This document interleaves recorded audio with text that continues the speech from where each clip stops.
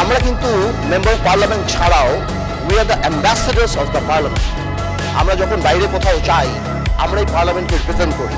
মানে স্পিকার, কালকে পরশুদিন পার্লামেন্ট থেকে যাওয়ার পরে আমি অনেক টেলিফোন পাই এবং সেখানে আমি ডিফেন্ড করার চেষ্টা করি এবং ডেইলি স্টার নিউজ করে Jamaat MP demands washing machine, microwaves and curtains.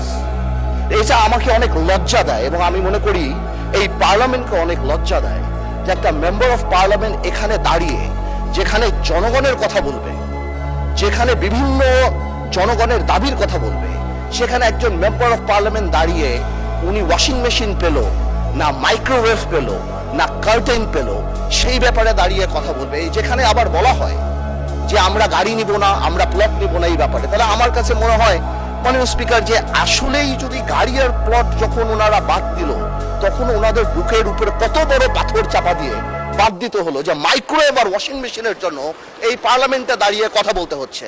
মাননীয় স্পিকার, আমার মনে হচ্ছে যে এই স্ট্যান্ডার্ড আর স্ট্যাচার আমাদেরকে মেনটেন করা উচিত।